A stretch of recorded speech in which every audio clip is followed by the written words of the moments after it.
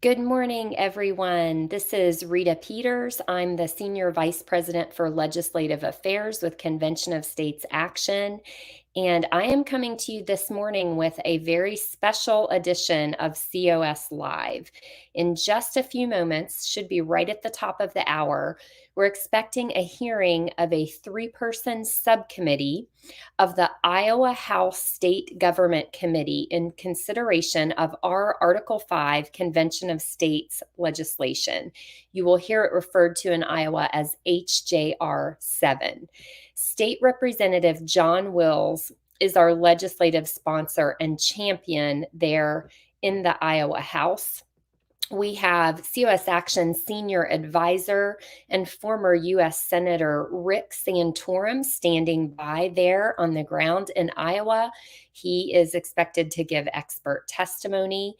And we are expecting testimony from our grassroots volunteers today, as well as opponents of the Convention of States movement.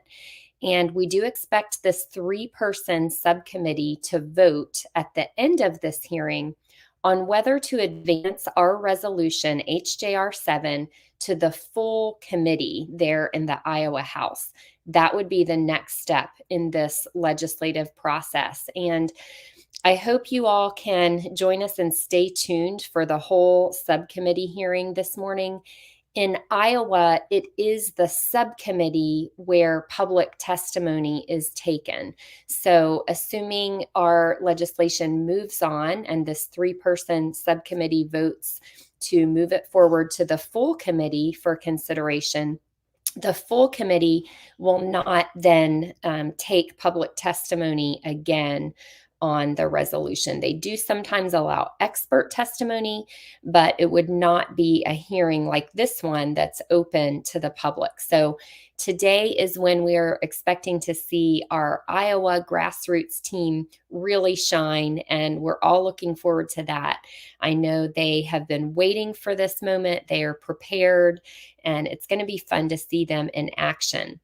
I was also informed just a few minutes ago that Tamara Scott, who is a huge national public opponent of the Convention of States movement, is also there at this subcommittee hearing. So you can expect to hear from her.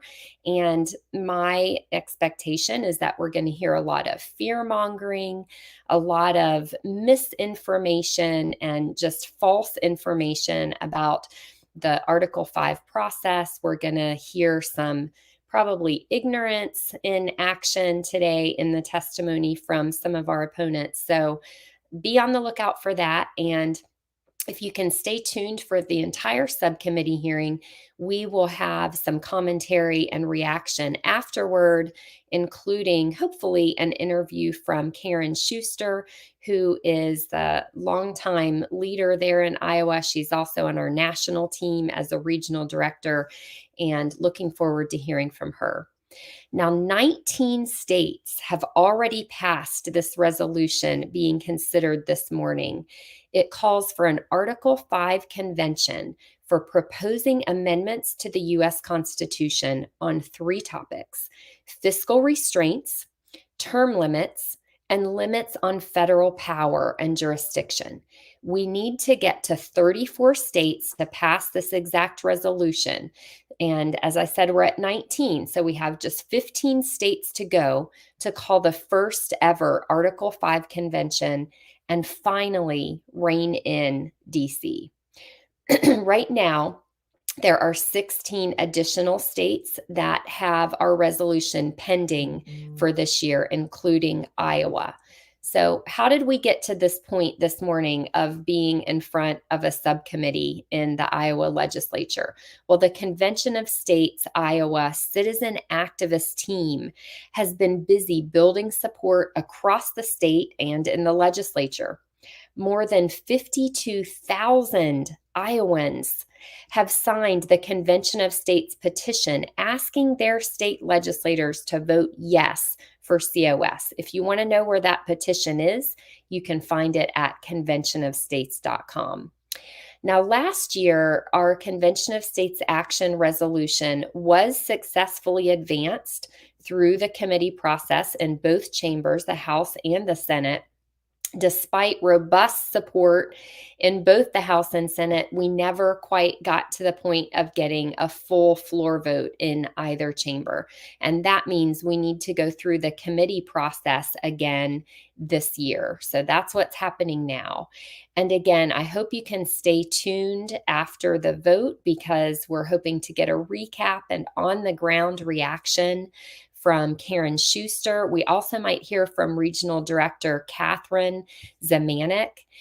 And stay tuned after the stream because Iowa isn't the only state scheduled to consider our resolution today.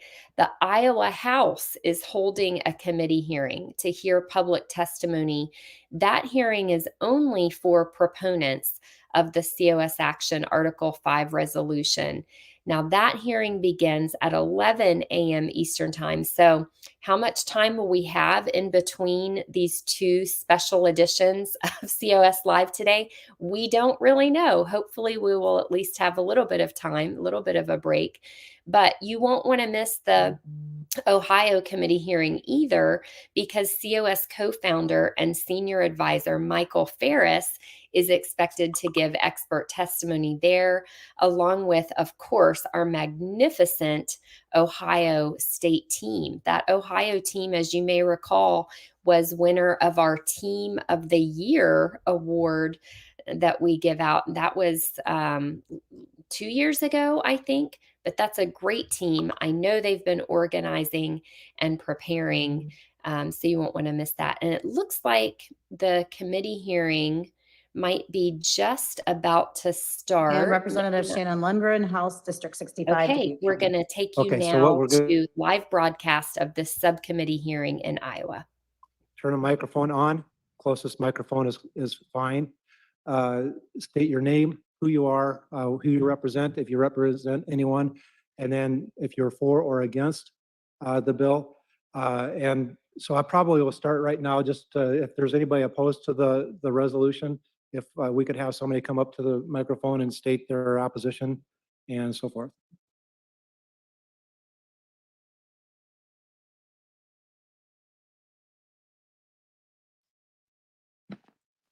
Good morning, Rosie Thayer, and I don't represent anybody but a concerned citizen of the state of Iowa. And what I have before you is just a breakdown of the budget, because many times in the federal budget, there are inaccuracies put together, and people say, oh, we spend 25% in foreign aid, and as you look at the budget, that is not true. So I'm very concerned about this bill, because if we put in an amendment that the budget has to be balanced, we could be devastated in the future. Social Security could be hurt. And now with 40% of the population not able to have anything other than Social Security and retirement benefits, there's no IRAs or defined pensions for them. That would really hurt those individuals who are living only on Social Security. The other thing is if you have to have a balanced budget, remember in 2020 when we had the derecho hit, that cost was $7.5 billion, and the governor requested $4 billion in disaster aid from the federal government, which she got. A balanced budget could prevent that from happening. If it's a revenue we're concerned about, let's take a look at the money that is not collected in taxes, and that's that figure. In 20 and 21, yes, 688 billion was not collected, and that is not new taxes. That is people not paying their taxes. So let's grab onto that. And lastly, it is possible to balance the budget. That was done in 1998 and 2001 with Bill Clinton. It is possible to do this without an amendment. Lastly, I will say that if this constitutional convention comes about, it would create a lot of devastation in this country. We're angry enough at each other as it is, and I'm afraid that this would just take us over the edge, as evidenced by this weekend when the Senate put together a bill to help with the border, and the House is now rejecting it. So I ask you to reject this bill. Anyone else? Looks like right here in the green jacket.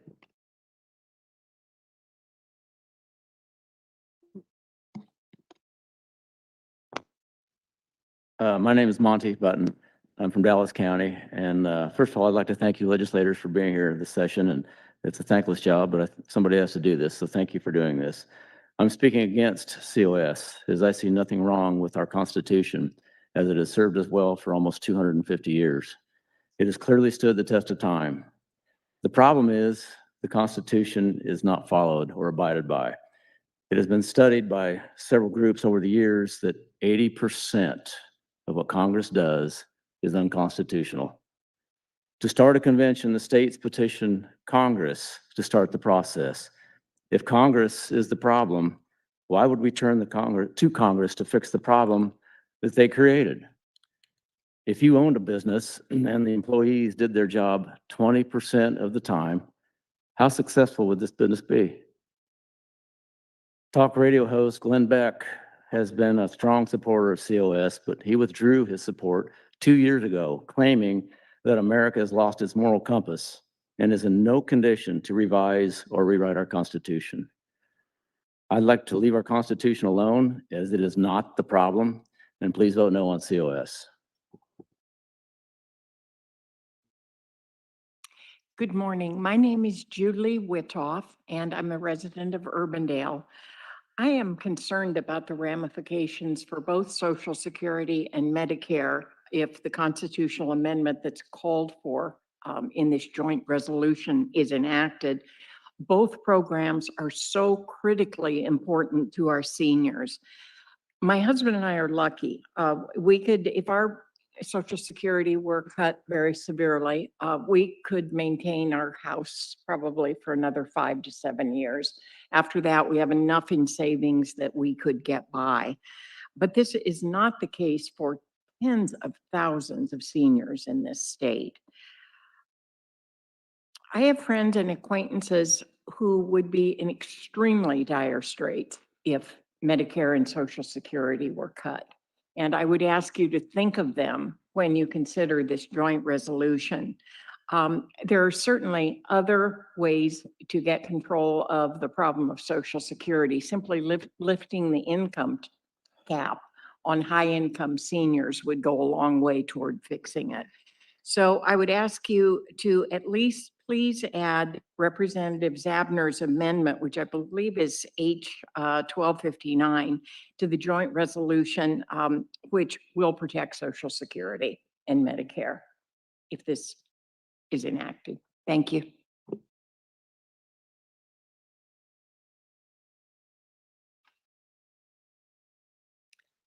I'm Pam Mackey Taylor. I'm representing the Iowa chapter of the Sierra Club. We are opposed to this legislation for a number of reasons. Starting out, we believe that limiting the number of terms a person may serve in Congress is something the voters should do and should not be part of a constitutional amendment.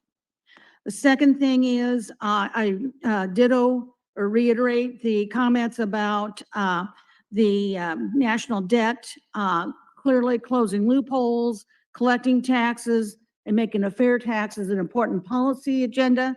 That does not have to be in the Constitution.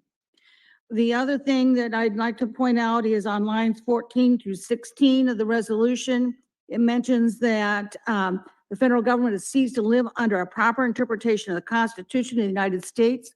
That is the role of the Supreme Court. And if there are unconstitutional legislation and laws passed, that needs to be taken to the Supreme Court for overturning. We don't need to put that in a constitutional amendment.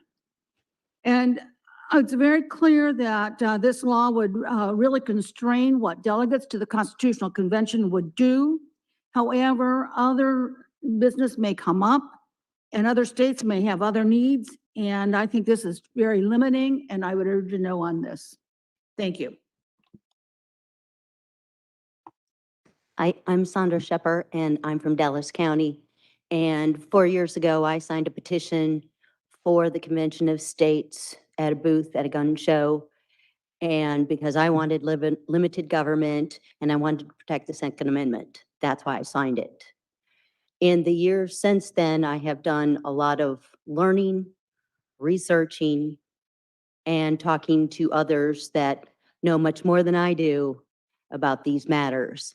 And I have found that the Convention of States is not a convention of states as it is advertised. It is an Article 5 convention called by Congress. Congress will be in charge of this convention. The states only have the authority to apply. After that is in Congress' hands. Do we think that Congress is going to do the right thing? Obviously not, because that's why we're trying to do something else. And I understand that people want to do something, but this is not the right thing to do. I am a mathematician and an accountant. I go based off of facts. And in looking at all the facts, I have heard both sides, and one side wants to debate the other side, but the other side won't. There's a reason that Mr. Meckler will not debate Robert Brown. I want to know that reason. The reason is the facts are not on his side. Thank you for listening. I'm Paul Dykstra. I'm representing my children and their children. I want to thank you for this opportunity to speak today. The push for Convention of States was born out of frustration. Term limits, balanced budget, electoral college, everything is up for grabs. For many reasons, our Republican platform now opposes COS, and I'm opposed to this bill for what I believe that what our Supreme Court ruled in 1883, the Iowa Supreme Court, in the case of Kohler, Lang versus Hill, the Supreme Court ruled the powers of a convention are unlimited. Legislation that many believe would control the Iowa delegates has recently moved forward. Penalties were increased, I think, to a Class D felony in that legislation. $7,500 fine, maybe 5 years in jail. I'll remind you that a campaign that failed in Iowa spent $53 million on the caucuses, and they failed. Can you imagine the money that will come into a convention to persuade people to vote certain ways? All these things, the temptation is there, and that will be representative at a convention. I'm going to remind you that in the past several years, we've passed laws on abortion, but yet we have abortion in Iowa. We've passed laws on pornography in schools, and yet we have pornography in schools. What's changed? The moral character of the United States has changed. To threaten and open our Constitution up for any further discussion, it is unbelievable that people would pursue to do that. It can only be for the destruction of America, and yet we assume that a convention will still be controlled. There would be no part of the Constitution that is not at risk by those of bad behavior. I would ask you to remain focused on the needs of Iowa. And again, I thank you for this opportunity. Good morning. My name is DJ Hassel. I live in Windsor Heights. I also am concerned about the fact that no body, including the courts, has a clear authority over a convention. The Constitution provides for no authority above a constitutional convention. So it isn't clear that the courts, Congress, even Congress, state legislators, or president could intervene if a convention went sideways. And I'm asking you to say no.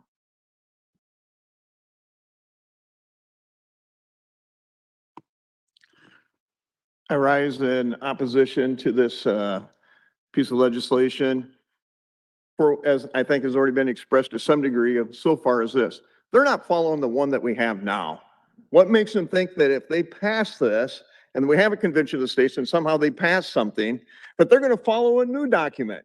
I have very little faith in that. I have more concern over the fact that if we have a convention of the states convention,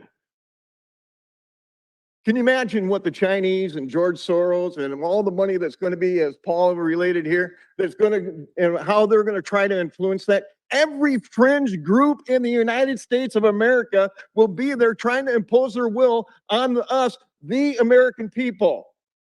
And I say, you know, it's in a lockbox now. Let's keep that lockbox there. I think that we've got high-paid people earning hundreds of thousands of dollars to lobby for the COS. And I ask you this question, if you weren't paid one dime, would you still do what you do? I doubt it. These people that rose up here today, none of us are getting paid one fee. But we are the American people, and we want this lockbox saved. My son serves as a major in the United States Army, just did a year over in Eastern Europe, defending our country, defending our Constitution, defending our way of life. I say we honor their sacrifice, and we keep America, America.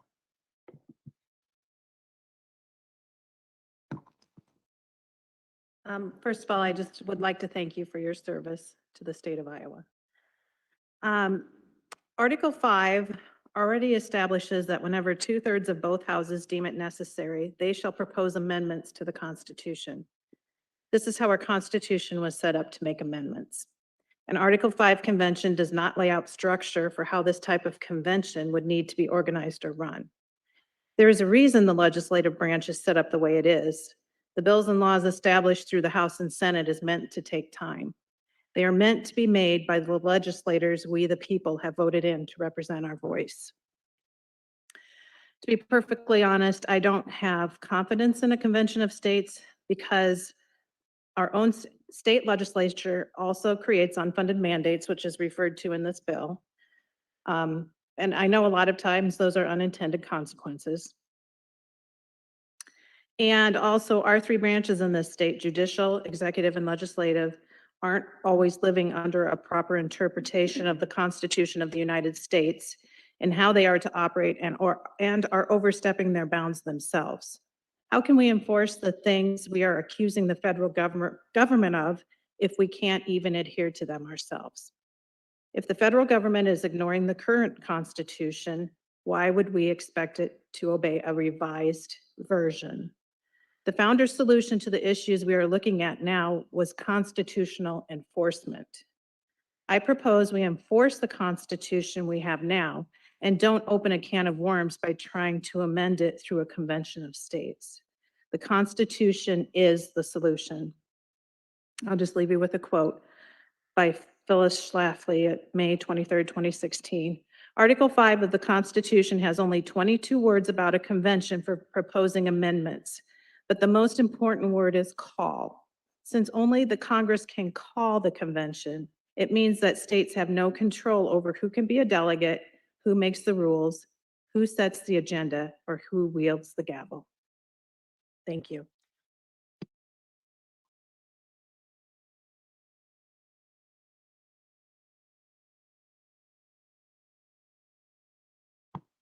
Thank you, representatives, for this opportunity to speak. I am Tamara Scott. I am speaking on behalf of Valor, an Iowa organization. I'm also the state director for Concerned Women for America, the largest women's policy organization in the nation. I'll be registering later today in opposition to this bill on behalf of CWA. And I speak also as national committee woman for the Republican Party of Iowa, who has put a plank in their platform opposing this very dangerous and reckless idea of a constitutional convention. As well, as 2012, the RNC has passed a resolution opposing this very dangerous and reckless idea. But beyond that, let me speak to you as an Iowa mother and as a wife and a grandmother. I just tried to listen to what folks had said. I tried to listen to those who are supporting it, what their words were. And Mark Meckler, in a hearing in Wyoming just last year, said that these bills, such as limitations, are just to ease fears so that this will pass. That's what he said. Said it again in Rapid City, South Dakota in 2021. A former senator, Santorum, has told us, we want this to be normalized. He told us this in Des Moines last year at Franklin Junior High, small crowd. And he repeated it again, actually before that, in December in South Dakota of 2022. We'd like to see a convention happen every 5 years. Those of us who deal with the caucus, we know how much it takes for a caucus. We hear it, we see the commercials 2 years, 3 years in advance. Can you imagine redoing our Constitution every 5 years? What a mess that would be. Look to countries who frequently change the Constitution. They are volatile, they are violent. People are not elected They take over in a coup. They take over by seizing power. They take over by corruption. This is not a good avenue for us to go. And they've already mentioned the foreign powers that would be very interested, which is not a new concept. Our founding fathers warned us of the same. Santorum mentioned several things in South Dakota, which he'd like to see brought up at the convention. None were the typical bait and switch of a balanced budget and term limits, which are dangerous in themselves and not helpful to what we want to have happen. But he brought up several things like securing the Supreme Court to 9. We can agree with that, but it's not listed. He brought up something about education, which would have inadvertently given the federal government more grasp and authority on education, a dangerous idea, well-intended as it may be. My point is, there is no limitation. You cannot limit what happens in a constitutional convention because these folks have the highest authority in the land. They're rewriting the highest document in the land. You have no say over what they do once a convention begins. And if you try to limit Iowa delegates, all you do is limit them from participating in the process or taking a great hit financially at the risk of their own peril. Also, I'm not sure if he doesn't understand because Ferris, at the Owlet Convention, I believe in 2003, Michael Ferris said he'd like to see 50 Supreme Court justices. Well, that's quite a difference. And it changes the outlook. It's no longer a different branch. It becomes a whole different chamber. So this is not just an amendment. This is not for the use of an amendment. Their own staff attorney, Robert Kelly, told folks he'd like to undo Article 1, Article 2, Article 3. Those are all 3 branches of your government. That's not an amendment. That's an overhaul. They also wanted to do Article 5, which I thought that's what they're using to call for this. So I can't understand they're not happy with it. But now I understand because they want a convention every 5 or 10 years. So because of these issues and so many more, I truly ask you to simply oppose this reckless and dangerous idea. Our Constitution, the issue is not a lack of content in our Constitution, it's a lack of character by those in Congress and even state legislators who don't have the will to fulfill their oath of office in upholding the Constitution. It's Article 6, not Article 5, that we need to adhere to. Thank you for your time. Thank you, Mr. Chair. My name is Brad Sherman. I'm a state representative. I'm a conservative Republican, and I have been, years ago, I've been following Convention of States for many years. I don't know how many years, but early on I heard about it. I thought it was a good idea because it was billed as reeling in federal government, and everybody's for that. But as I began to look at the details, I changed my position a long time ago. I'm no longer a supporter of Convention of States. Thomas Jefferson said, the true correction for the abuses of the Constitution is to educate the people, educate the whole mass of the people. And I can't help but think, what would have happened if the money and energy spent on Convention of States would have been spent on educating the people? I wrote a small booklet several years ago called the Freedom Quiz. It's 10 questions. And I did a survey in a conservative county in Iowa. And when I graded those questions as a test, the average score in a conservative group of people was 26%. That's a failing grade. If people would be educated on our Constitution and the basic principles, we wouldn't be having this problem right now. They would stand up, they would enforce our Constitution, the people would do so. And I have one more quote I'd like to like to read. This is George Washington. He said, "No wall of words, no mound of parchment can be so formed as to stand against the sweeping torrent of boundless ambition on the one side, aided by the sapping current of corrupted morals on the other." So there are a lot of good reasons. Many people have made good points here today, but the biggest reason of all is that we have a moral crisis in our nation. And if we will focus on that, our nation will change around. I cannot understand why one who has taken an oath to defend our Constitution would open it up to a convention where there are no rules except the rules that that convention makes. That is the nature of a constitutional convention. So with that, I'll just conclude my statements. Thank you, Mr. Chair. Thank you. Is there anybody here to speak for the convention? I have one more comment. We're running out of time, so Okay. we've had enough people talk against, so if there's anybody for.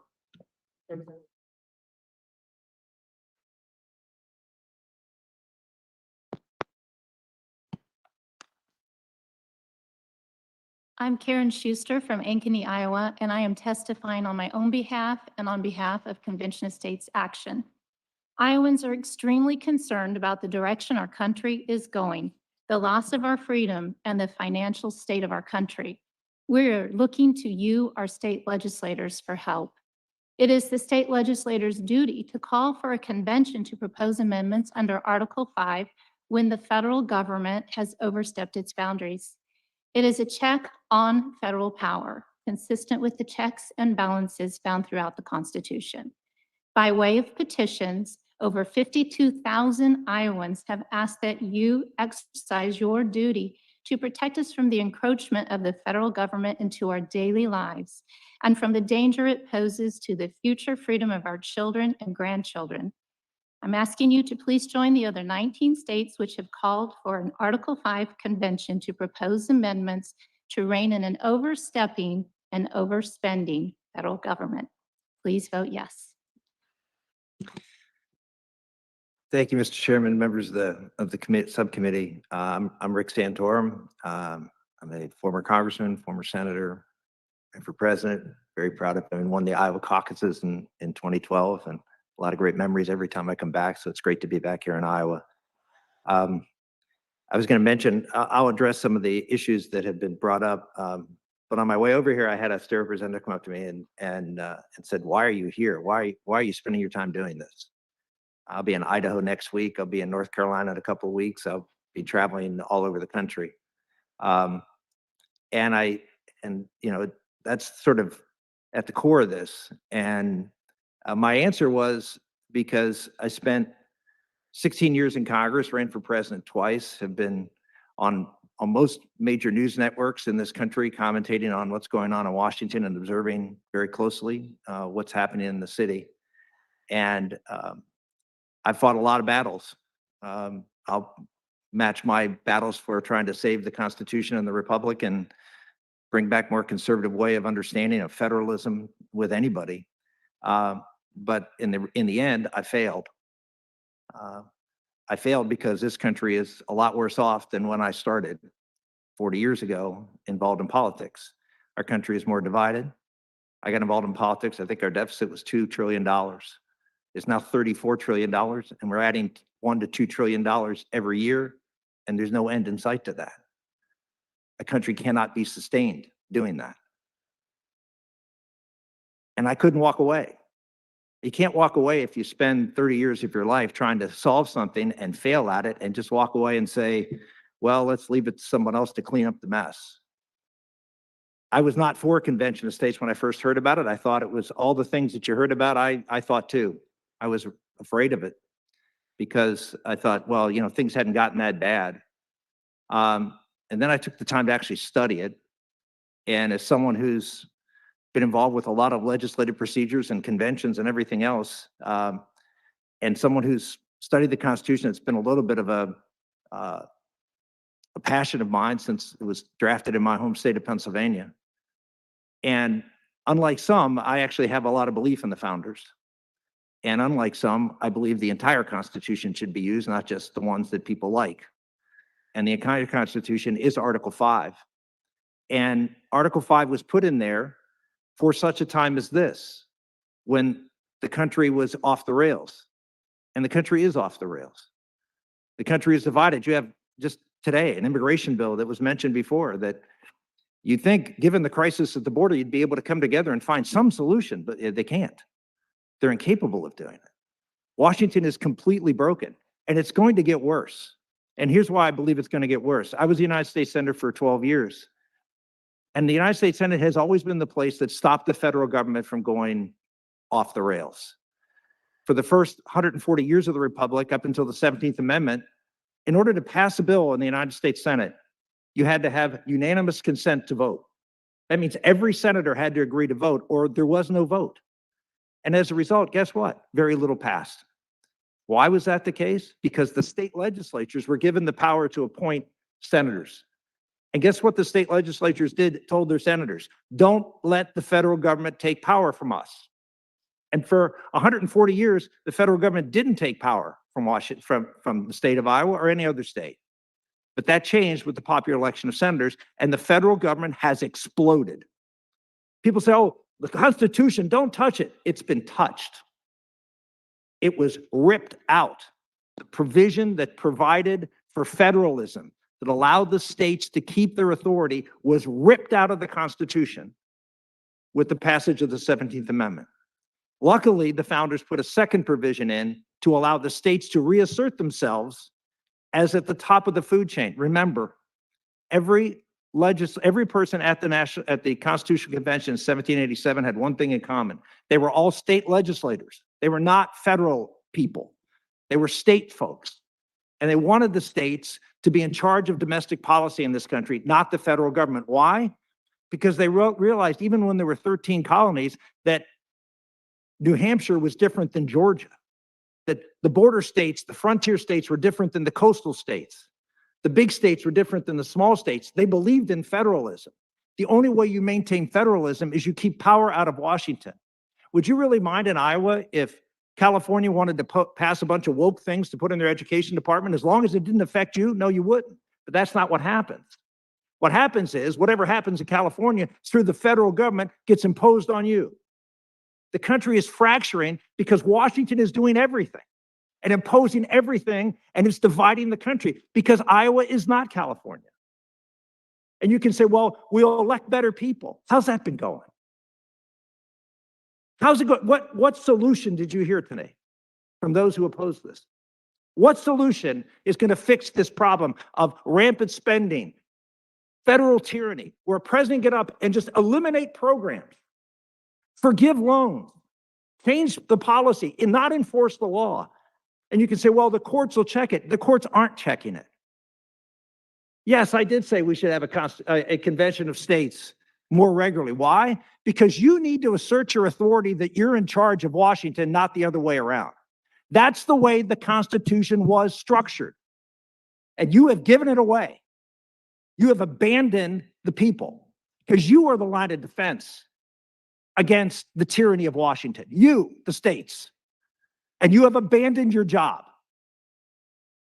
And I understand those who want a strong, big federal government, and many of them were here and don't want anything to change because they like the fact that things are centralized and people in Washington are telling everybody what to do. That gives them comfort. I perfectly respect that. But those who say that this is a risk, is $34 trillion in gaining every year not a risk? Is a federal tyranny where presidents get up and just with a wave of a pen change the law? Right? Do you know there's been, I think, 800,000 pages of new regulation this year? You think that's not a risk? And there's no solution except the one that's in the Constitution, and people are afraid. People are afraid to try what the founders put in. They say wonderful words about the founders and how great they were, except this. The reality is, ladies, the Congress doesn't control this process. Let me get to a couple of things, and I'm sorry I'm going probably long here. The Congress doesn't control this process. This process was put in 1787, 2 days before the convention closed. And the reason it was put in is because George Mason stood up and said, are we so naive to believe that Congress will actually pass amendments in the future, propose amendments in the future to limit its own power? That there will be a tyranny at some point because all republics eventually end up that way. We have to have something outside of Washington. That was the speech he gave. And they came and passed an amendment, which is the section we're talking about, Section 2 of Article 5.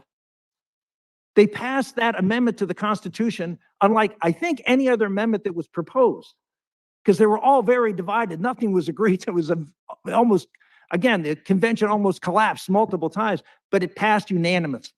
Why? Because they wanted to give the states the right to intercede on their behalf. Do you think if that's the case, that the courts are going to say, oh, yeah, Congress should control that process? Congress can propose amendments tomorrow. I don't see anybody up here saying, oh, we're afraid Congress can propose amendments to do all these terrible. They can do it tomorrow. Yet you don't want to give state legislators who's never had a chance to do this, you don't want to give them a chance to propose amendments. We're not passing anything here. It's proposing amendments. Any amendment that gets proposed has to get 38 state legislatures to ratify it. You can't get 38 state legislatures to agree what time it is. And you're worried that there's going to be a runaway convention? Yeah, runaway convention to do what? Runaway convention, ladies and gentlemen, and I know, I'll make my last point. The runaway convention idea is a fallacy.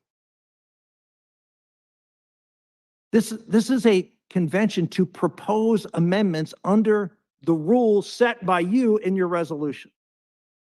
When the legislature calls a special session to deal with property taxes, and someone tries to do something beyond the scope of the resolution of the special session, what happens? They get ruled out of order. And that is enforceable under law, as it is here. There are multiple court cases about Article 5 that says that once the rules for an Article 5 is set, you can't change the rules after they've been set. There's court case after court case that says that. In addition, you have people who went there, and you have a bill before that just passed out of this committee, has to do with faithful delegates. This says the delegates themselves are bound to limit their voting to just the subject matter in the resolution. In addition, the final safeguard is that 38 states have to ratify anything that comes out of this convention. There will not be radical things coming out because radical things can't get 38 state legislatures to pass. Yes, I did mention that one of the things I think could pass would be to limit the Supreme Court to 9 members. Why? Because I think most Americans, Democrat and Republican, realize the folly and the danger of court packing. Would that be a good thing to do? Would anyone say that that's a bad idea to actually limit the court so some future tyrant in making doesn't decide, well, I'll take the chance of court packing and hopefully we'll never have another election, or we'll structure it so that the opponents can never win another election? You think that could happen? I do. I think that day could come. Wouldn't you want to hold that? Wouldn't you want to do something to stop that from happening? Fear is not a solution. And all I hear with no solutions and a lot of fear. I appreciate the fact that hopefully this committee will vote this out and we'll have a good debate on the floor of the Iowa House. And I just hope that we have an opportunity to let the people, through your elected representatives, come to this convention and debate the future of our country. Because we're not doing that now anywhere. And this is an opportunity to do it, and I hope you take it. Thank you.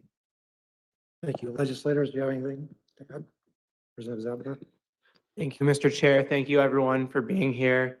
I'll keep it brief. We've been here for a while, but I do want to say, if I could pick 2 senators, they wouldn't be Chuck Grassley and Joni Ernst. But the idea to me that the 150 people in this building deserve more say than the people of Iowa about who our senators are is frankly ludicrous and offensive. I think 668,000 Iowans rely on Social Security. A balanced budget amendment would really mess with the ability of Social Security to keep putting out those benefits that people rely on. And we've heard from people on both sides of the aisle who came out at 8 in the morning to oppose this dangerous, dangerous resolution. We heard from one Iowan who supports it and someone who flew out from Pennsylvania. So I'm opposed. I won't be signing this today. Thank you very much. I hear from constituents at home all year long who are supportive of Convention of States. And what I hear today, again, is 0 solutions. And I'm open to hearing solutions. Tamara, come to me. I'd love to hear your solutions on some of the problems, but you haven't. When we talk about Social Security and Medicare, those are funded by the taxpayer themselves for their own use. And if you've read the Festivus report by Rand Paul, you will know that we are overspending in many areas. And nobody has argued that we were overspending in Medicaid or Medicare and Social Security. So I think there's plenty of ways that we can cut our budget, because right now on every single one of us US citizens, from the oldest to my youngest grandbaby, there's $100,000 sitting on our heads in debt because of the federal government. And that's pretty frightening. I would love in my business to be able to just spend and not worry where it comes from and let the debt build up and live my great life. But that's not reality. And that's not what we're facing here in this country today as just genuine taxpayers. I don't know another solution. I haven't heard another solution. It scares me that our federal government is out of control and we're no longer in control of them. And with that, I am, again, for probably my 8th year, happy to sign to continue the conversation. And if somebody comes to me with a better solution, I am all ears. Thank you. So what I hear today is a lot of fear that the convention is going to be a runaway convention and we're going to lose control and they're going to just cancel the Constitution. That absolutely cannot happen. So the convention could say, we're going to do away with the Constitution, but they have no power to do that. The states must do away with the Constitution. 38 states must do away with the Constitution. That's the bottom line. If they would try to do that, it would go to the Supreme Court and the Supreme Court would say, you can't do that. That's outside your power. What I have heard a lot from constituents is we need to do something. Just the debacle with the Speaker of the House a few months ago was enough for a lot of people to say, we need to do something. Congress isn't working. Congress isn't working for us. They're designed to keep power and keep power for themselves. They don't care about the people out in the streets. They care about their power. This Constitutional Convention is a way to limit and restructure that power so that the states, once again, are able to wield the power, not Congress, not the federal government. This country was not founded on a strong federal government. It was founded on a strong state governments overruling and overreaching the federal government. And for that reason, I'm going to move this resolution forward. Thank you.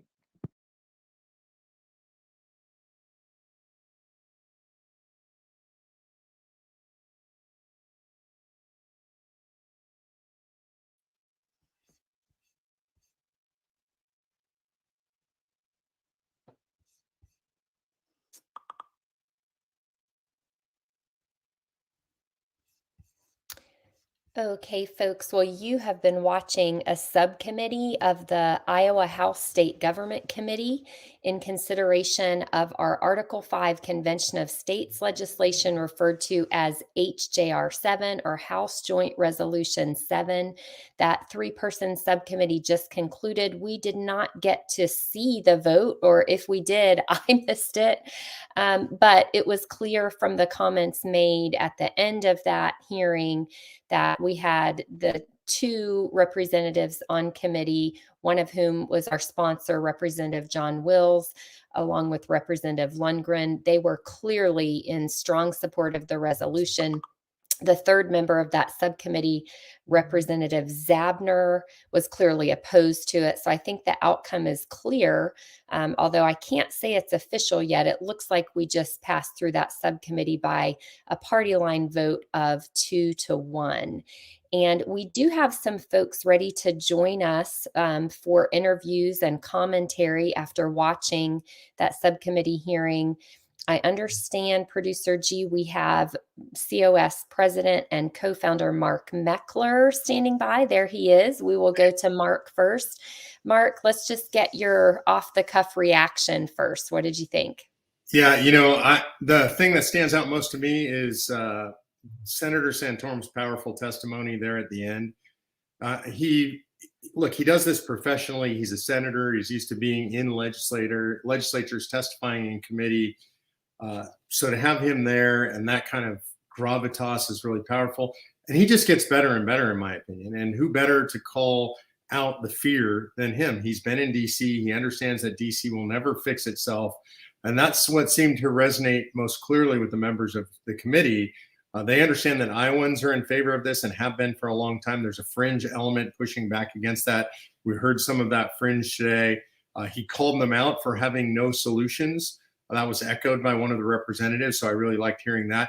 And that is the truth. Our opponents in these committee hearings, the one thing that you'll notice over and over is that they peddle fear and they provide no solutions. And I think the legislators are just getting tired of that.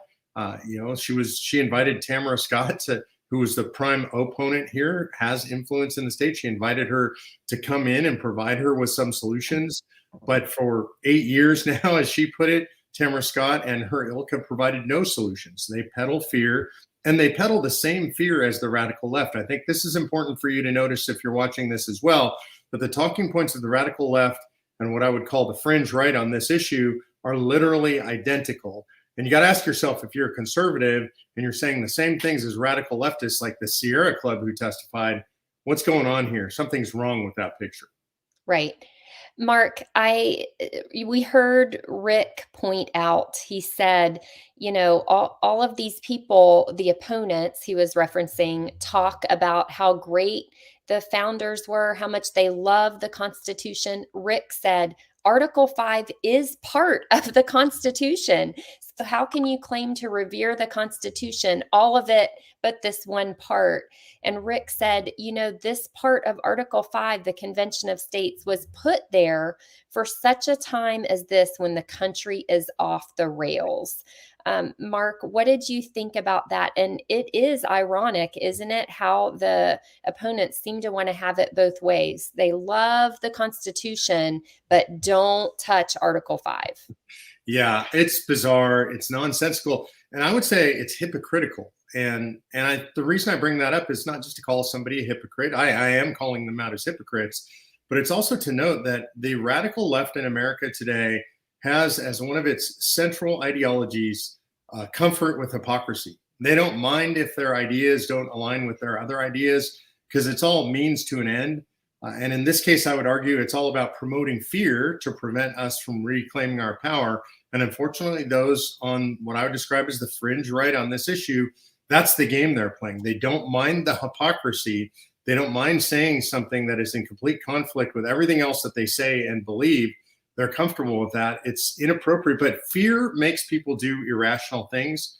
People, when they're afraid, they do things that are not rational and they have a phobia. I would say that these people are Article 5 phobic.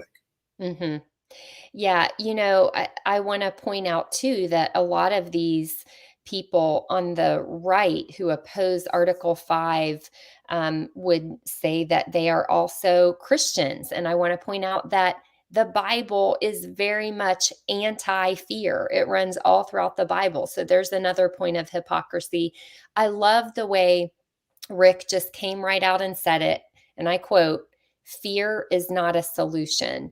Mark, that really seemed to resonate with Representative Lundgren, who we heard there at the end of the subcommittee when she kind of made her closing remarks. And she really called out Tamara Scott, who is enemy number one of Convention of States in the state of Iowa. And she said, you know what, if you have solutions, come tell me about them, but you've never done that. So Mark, is that seems to be really important to these legislators, is that they are recognizing that the opponents are just dealing in fear, but don't have any solutions to offer. Have you noticed that as well? Yeah, I've noticed that everywhere. And I think what's important is the legislators are realizing that they actually have a sacred obligation. They took an oath to protect the United States Constitution. Rick said this, it's already been assaulted. It's already been trashed by the left. And these representatives understand they have a sacred obligation when they took their oath to take care of their citizens, to take care of their state, to honor the whole United States Constitution. And they know that they need to do something. Sitting back and lamenting the problems, sort of rending your clothes and gnashing your teeth is not a solution.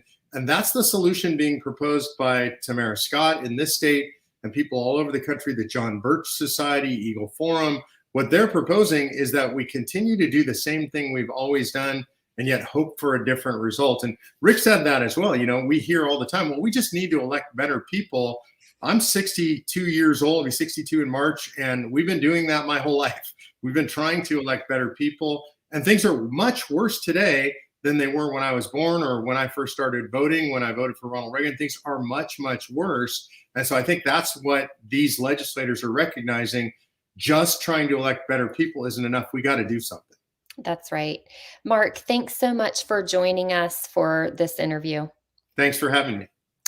And now, folks, we want to take you to Catherine Zamanek. Catherine is on our national staff as a regional director, and her region does include the state of Iowa. Catherine, thanks for joining us. And why don't you just give us your off-the-cuff reactions to the subcommittee hearing?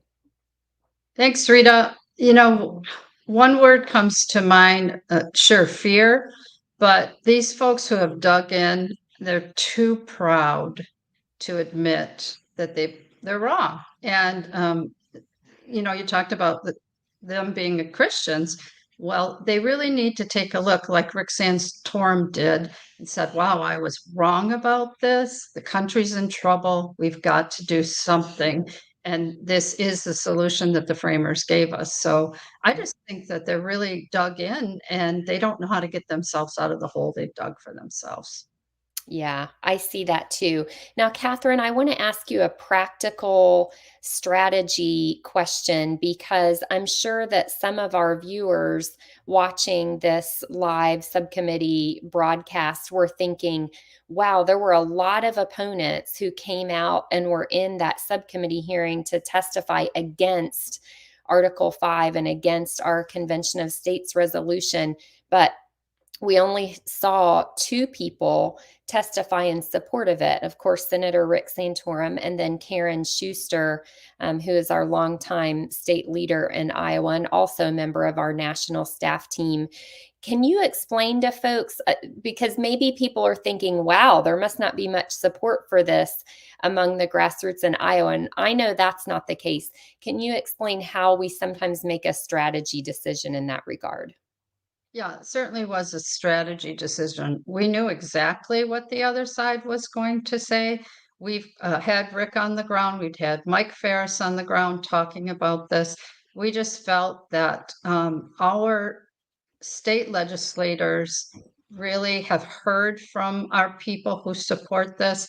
Of course, the process is to let anyone who is opposed or anyone who's for it to come and present. But we respected the time of these legislators. They hear from our folks all the time through emails, through phone calls, even through visits in their districts. So the idea that we needed to have a large group of people come here and just repeat what everything Rick said,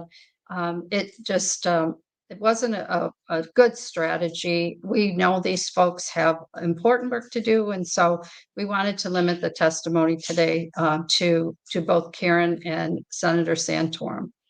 Yeah, that's right. We never want to try the patience or abuse the time of these state legislators. I have often heard it said in the legislature, when you know you have the votes, sit down and stop talking. So that was sort of our strategy there today. And I loved how Representative Lundgren pointed out that she's hearing from the grassroots in Iowa year round about how important this Convention of States resolution is to them. Okay, we're going to close in just a minute, but before I do, Catherine, Mark, any final comments on today's hearing? Mark, you want to go? Oh, we can't hear him. You're on mute, Mark. I really like the strategy used by the state team here, and it shows a humility that I love. Like, I guarantee you, every one of those state team members is highly competent to testify in that legislature.